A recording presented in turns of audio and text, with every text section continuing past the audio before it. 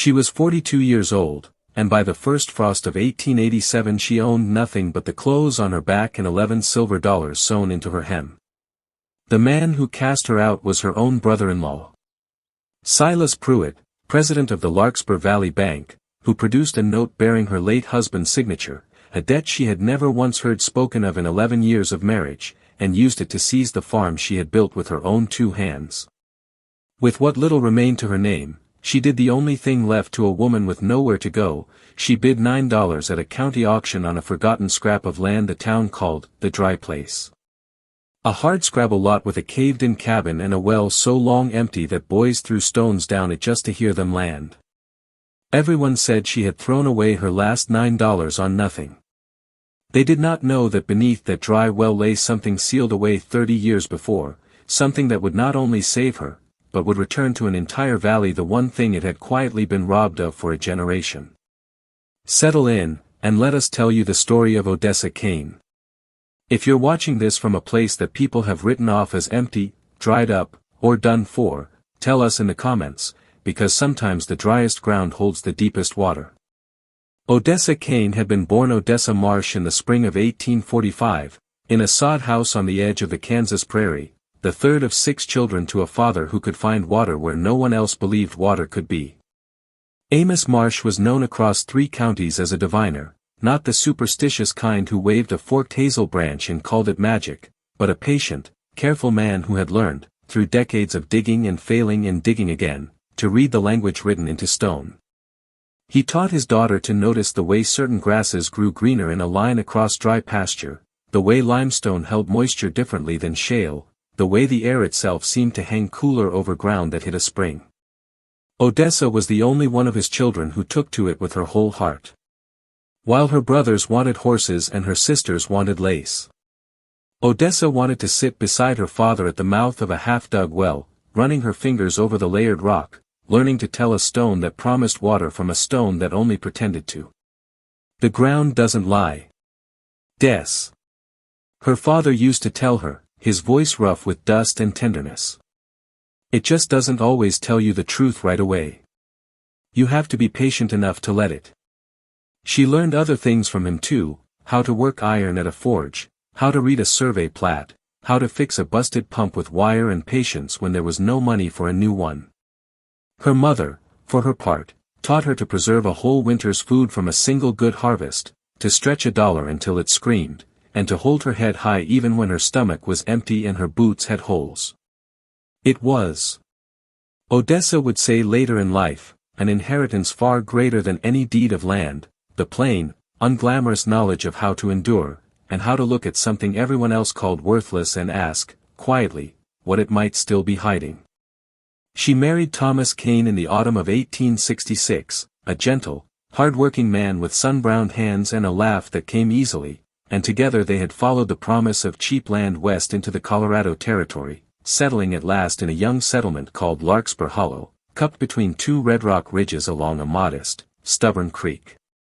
The valley had been founded some 20 years before by a man named Elijah Hollis, a surveyor and something of a dreamer, who had platted out the town with an unusual insistence that no single family should ever be allowed to own the water that ran through it. Hollis had died before Odessa and Thomas ever arrived, but his name still hung over the town like a blessing half remembered, the man who had wanted Larkspur Hollow to belong to everyone, or to no one, which in his mind amounted to the same generous thing. Thomas and Odessa built their farm on 80 acres at the valley's eastern edge, and for 11 years it was, by any honest measure, a good life. They raised wheat and a little livestock, mended the roof together every spring, buried 2 children in infancy and grieved them together in the particular silent language that only 2 people who have suffered the same loss can speak. Odessa's father had passed on his gift for water and stone, and more than once she had walked a neighbor's parched field, pressed her palm to the dry earth, and told them exactly where to dig, never for pay, only for the quiet satisfaction of being useful, of turning nothing into something. She was known around Larkspur Hollow as a woman with steady hands and an unshowy kind of wisdom, the sort of person others brought their troubles to not because she had answers, but because she had patience. That reputation, built slowly over a decade, would matter more than she could have guessed, in the trial that was coming for her.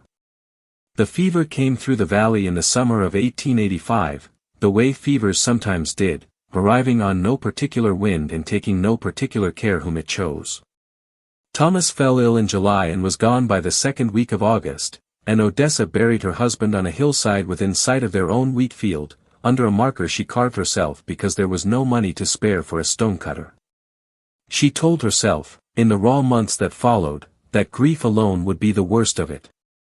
She did not yet know that grief was only the opening door. It was Silas Pruitt, Thomas's older half-brother and the president of the Larkspur Valley Bank, who came to call on her some 14 months later, in the deepening cold of October 1886, with a folded paper he laid on her kitchen table as gently as a man laying down a winning hand of cards. It was a promissory note, dated 3 years before Thomas's death, bearing what appeared to be Thomas's own signature, pledging the farm itself against a loan of $600 that Odessa had never seen a cent of and never once heard her husband mention. Silas explained, with the smooth, sorrowful patience of a man reciting a speech he had rehearsed, that the note had come due, that interest had compounded, that he was terribly sorry, that his hands, as a banker, as a brother, were simply tied. Odessa examined the signature for a long while in the lamplight. It curved wrong at the T, sloped wrong at the K, in ways so small she could not have proven a thing to a judge even if she'd had money for a lawyer, which she did not. She asked Silas plainly whether he had forged it. He did not answer her question. He only told her, with something almost like pity, that the county would send the sheriff in 30 days if the debt went unpaid, and that he hoped, for old time's sake, she would go quietly. She did not go quietly in her heart, though she went quietly enough in fact, because there was no other choice left to a widow with no living children, no money for lawyers, and a valley full of neighbors who liked Silas Pruitt's bank far too much to risk his displeasure by taking her side.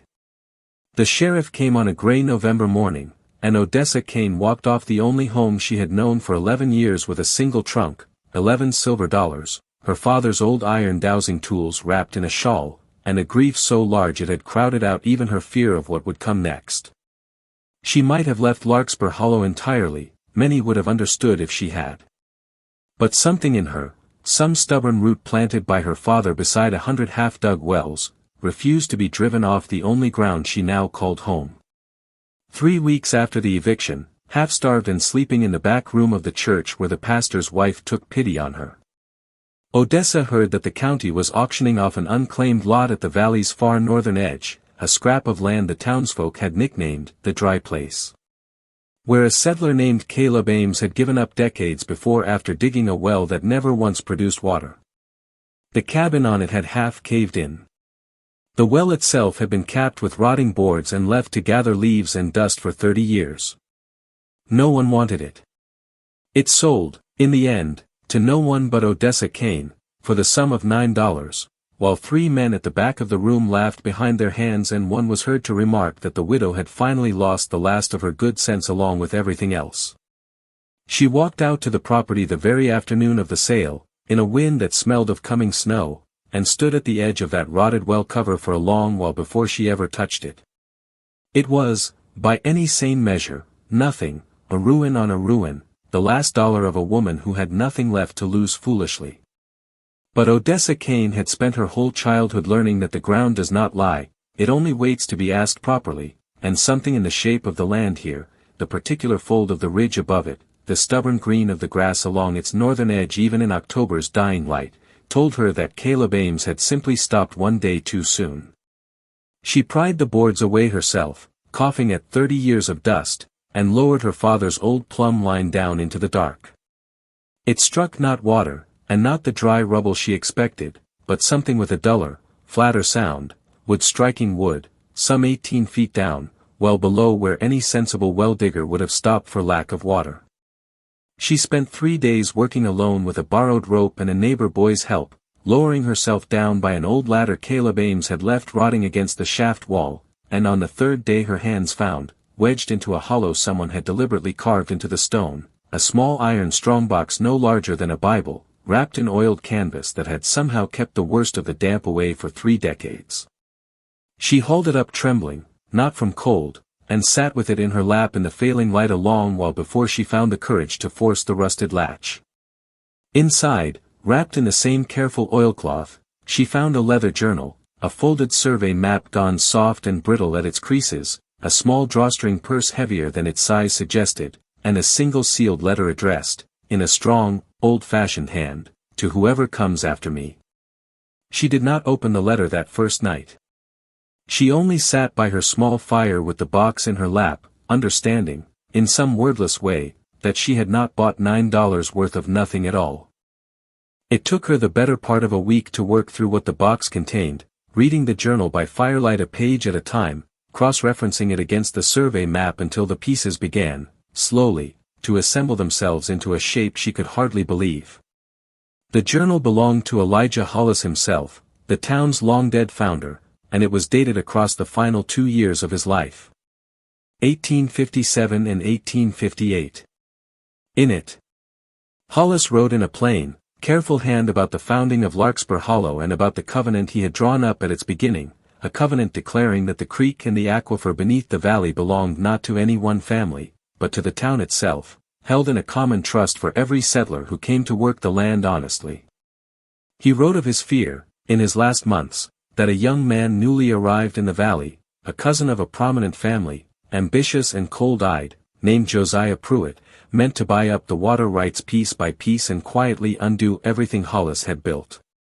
Hollis wrote that he had drafted a second, notarized deed reaffirming the water covenant, filed a copy with the Territorial Land Office in Denver, and hidden a duplicate along with a modest cache of gold, payment, he wrote, for whoever might one day need to fight for it, somewhere only a true well-digger would think to look, below a dry well no one would ever bother digging twice.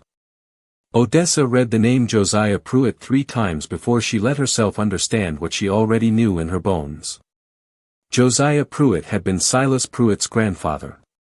The bank that now controlled half the water rights in Larkspur Hollow, that charged farmers dearly for irrigation access during dry years, that had quietly, legally, over 3 decades, absorbed creek frontage and well rights from struggling settlers one desperate mortgage at a time, that bank had been built, brick by brick, on exactly the scheme Elijah Hollis had feared, and had tried, from his deathbed, to stop. The gold in the purse amounted to some $40 in old coin, more money than Odessa had held in her hand since Thomas's death, and it steadied her enough to eat properly for the first time in weeks. But it was the map and the sealed letter that kept her awake past midnight, turning the pieces over. The map showed the valley's water sources as they had truly been surveyed in 1857, the creek, 3 natural springs, and the underground aquifer that fed them all, marked as common trust land belonging to no single deed. It did not match the map on file at Silas Pruitt's own bank, which Odessa had once glimpsed pinned behind his office desk, showing water rights carved up neatly among a handful of the valley's wealthiest landholders, the Pruitts foremost among them. When at last she broke the seal on Elijah Hollis's letter, she found it addressed with startling directness to whoever finds this after me, explaining in plain words what she had already begun to understand, that he had hidden the true covenant because he feared it would be destroyed if it stayed only in the land office's files, that a fire or a bribe could erase a single paper trail, and that he trusted the dry well, useless, forgotten, beneath notice, to keep his valleys true inheritance safe until someone with reason enough to look would finally find it. She sat with that letter a long time, the fire burning low, and felt something shift inside her that was not quite triumph and not quite grief, but a kind of fierce, quiet clarity. She had been cast off the land she loved by a man wielding a forged signature. She now held, in her 2 hands, proof that his whole family's fortune rested on an older, larger forgery of a different kind, not of a signature, but of an entire town's understanding of what belonged to whom. She thought of her father's voice at the edge of 100 wells, the ground doesn't lie, it just doesn't always tell you the truth right away. She had been patient. The ground had finally told her. It would have been easy enough, in that moment, to imagine simply taking the gold, taking the notarized deed, and disappearing to start a new life somewhere Silas Pruitt's name meant nothing at all. She turned the thought over honestly, alone in the cold cabin, and found she did not want it. Larkspur Hollow was full of families she had known for a decade, the Whitfields, who had lost half their south field to a bank foreclosure 2 winters back over unpaid water assessments, the widow Alders, who now hauled every drop of drinking water half a mile because the bank had quietly fenced off the spring nearest her home, young Tomas Reyes, whose father had sold his creek frontage to Silas Pruitt for a fraction of its worth simply to keep his family fed through one hard year. Odessa understood, turning Elijah Hollis's letter over in the firelight, that what she had found in that well was never meant to make one woman rich. It was meant to make a whole valley whole again. Word travels fast in a small town, and it did not take long for Silas Pruitt to hear that the widow he had ruined was digging around in an old dry well at the northern edge of the county, nor long after that for him to learn precisely what she had found there. He came to call on her himself in early December, driving his good black trap up the rutted lane to the leaning cabin she had begun, with borrowed tools and stubborn hope, to repair. He was pleasant at first, in the careful way of a man used to getting what he wants through charm before he resorts to anything sharper. He offered to buy the dry place back from her outright, at a price 4 times what she had paid, cash in hand before Christmas. When Odessa, standing in her own doorway with the strongbox locked safely inside, told him plainly that the land was not for sale, his charm thinned quickly into something colder. He reminded her, in a voice pitched just low enough to sound like concern, that a woman alone, with debt still technically unsettled and a reputation that could easily be made to look eccentric or worse, might find life in Larkspur Hollow difficult if she made herself difficult in return. The threat, unspoken as it was, did not frighten her the way perhaps he intended. What it did instead was clarify, with sudden sharpness, exactly how much Silas Pruitt had to lose if the truth of Elijah Hollis's covenant ever reached the Territorial Land Office and the town at large. She understood then that she could not simply present her discovery quietly to the county clerk and expect justice to follow on its own. Silas Pruitt's family had spent 30 years and considerable money making certain the official record told only their version of the valley's water. She would need more than a hidden letter. She would need the town itself to see it, together, before Silas Pruitt could find a way to bury it a second time. It was not an easy winter that followed. Silas let it be known, quietly and without ever saying so directly, that any merchant who extended credit to Odessa Kane might find his own loan terms with the bank suddenly less generous. Twice she found her small store of firewood scattered in the night, no proof of whose hand had done it, only the plain fact of it. A few of her oldest acquaintances in town crossed the street rather than be seen speaking with her, not out of any real unkindness but out of the ordinary, weary caution of people who could not afford to make an enemy of their own banker. Yet others, the widow Alders foremost among them, who had lost her spring access and had nothing left to fear from Silas Pruitt's displeasure, began, in careful whispers after church and over fence lines, to ask Odessa what exactly she had found out at the old dry place, and to listen, really listen, when she began, in low and careful words, to tell them. She spent the cold months verifying every piece of what the strongbox held, walking the old survey lines herself with her father's tools, matching Elijah Hollis's map against the actual springs and creek bends still visible on the land, confirming that his description of the valley's water sources 30 years before matched the ground itself precisely, because Odessa Kane understood, better than most, that a claim unproven by the land itself was no claim a skeptical town would believe. She wrote, too, to the Territorial Land Office in Denver, using nearly the last of her gold coin to hire a young circuit lawyer named Bertram Cole, newly arrived in the territory and hungry enough for honest work that he took her case on the promise of a fair fee once, if the covenant was upheld. Cole confirmed, after some weeks of careful searching through dusty filed records, that a notarized deed matching Elijah Hollis's description had indeed once been registered in 1857, only to be reported, curiously, as lost in a records room fire in 1861, a fire that, as it happened, had occurred not 2 months after Josiah Pruitt purchased his first substantial parcel of Valley Creek frontage. By late February, Odessa and Bertram Cole had assembled what they needed: Elijah Hollis's original journal and covenant, the survey map matching the actual land, sworn statements from 3 of the valley's oldest surviving settlers who remembered, dimly but clearly enough, old Hollis speaking of his intention to protect the water for everyone, and the plain, damning coincidence of a records fire that had erased the one document standing between the Pruitt family and 30 years of quiet control. It was enough, Cole told her, to bring before a public hearing of the County Land Commission, enough, if the town itself stood behind her, to force the question into daylight where Silas Pruitt could no longer settle it with a quiet word and a threatened loan. The hearing was set for the second Saturday of March, in the town hall that also served as Larkspur Hollow's only proper meeting space, and word of it spread through the valley faster than any sermon ever had. Silas Pruitt arrived that morning composed and confident, flanked by his own lawyer from Denver, having spent the preceding weeks quietly assuring the town's more prominent families that the widow Kane's claim was nothing more than the sad delusion of a woman broken by grief and hard luck, unworthy of serious attention. He had,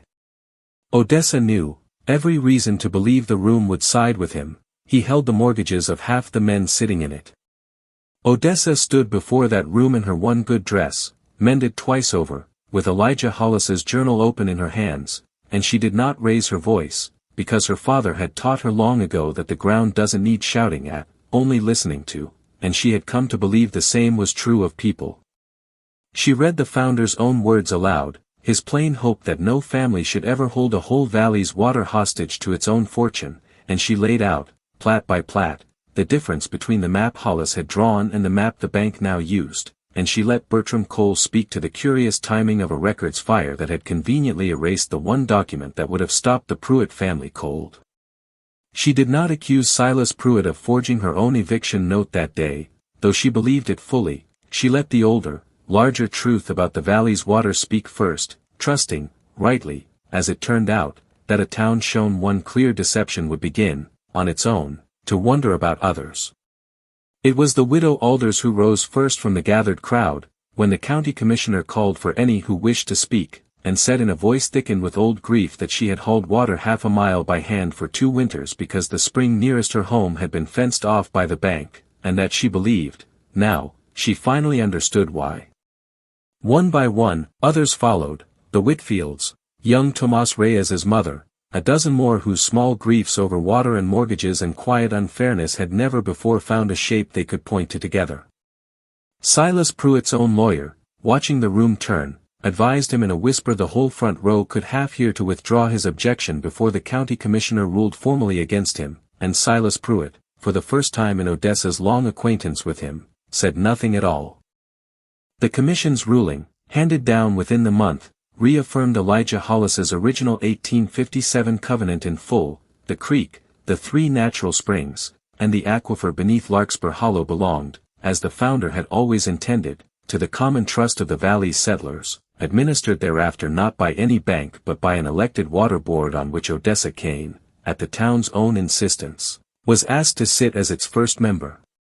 The ruling did not strip Silas Pruitt of his bank, nor send him to any cell, for his true crime, the slow, legal theft of a valley's birthright, had been carried out mostly within the letter of a law he himself had helped bend. But it stripped him of the one thing he had built his whole life upon, which was the town's trust. Within 2 years, quietly and without ceremony, he sold his interest in the Larkspur Valley Bank and left the territory altogether, and few in town could say afterward that they missed him, or that his going felt like anything other than a debt long overdue finally coming to collection. Odessa Kane never became a wealthy woman, not in the way the world usually measures wealth. She used what remained of Hollis's gold coin, along with a modest portion the new water board voted her in gratitude, to properly dig and case her own well at last, and it came in clean and strong on the first true attempt, as though the ground, having kept its secret so faithfully for 30 years, was finally glad to give something back. She rebuilt the little cabin plank by plank with her own hands and the willing help of neighbors who had once crossed the street to avoid her, and she spent the better part of her remaining years walking the valley with her father's old dowsing tools, teaching younger settlers to read the ground the way he had taught her, and sitting on the water board through 3 long droughts, making certain that whatever else came for Larkspur Hollow, its water would never again belong to any one man's fortune alone. That was who Odessa Kane turned out to be, a woman of 42 who was told she had lost everything, who bought $9 worth of ruin because something in her refused to believe the ground was truly empty, and who found there, buried below a well everyone else had already given up on, not merely a fortune but a truth the whole valley had been thirsting for without knowing its name. She never forgot the humiliation of that November morning when the sheriff walked her off her own farm, nor the small, cold laughter of the men at the auction who thought her foolish for the $9 she spent. But she came, in the years that followed, to understand that foolishness and faith often look identical from the outside, and that the only real difference between them is whether you were right. The ground, her father used to say, doesn't lie, it just doesn't always tell you the truth right away, and Odessa Kane, who had once been the woman with nothing, became instead the woman who taught an entire valley to be patient enough to listen. Thank you for staying with us through Odessa's story tonight, and for letting a dry well and a discarded widow remind you, as they reminded a whole valley once, that the world is full of things and people written off far too quickly by those who never bothered to look closely. If this story moved you, we'd be grateful if you shared it with someone who needs a little quiet hope this evening, and left it in the comments below for others still to find. Before you go, we'll leave you with the question Odessa's story asks us all: what is a time you found real value in something, or someone, the rest of the world had already given up on? Until next time, stay close.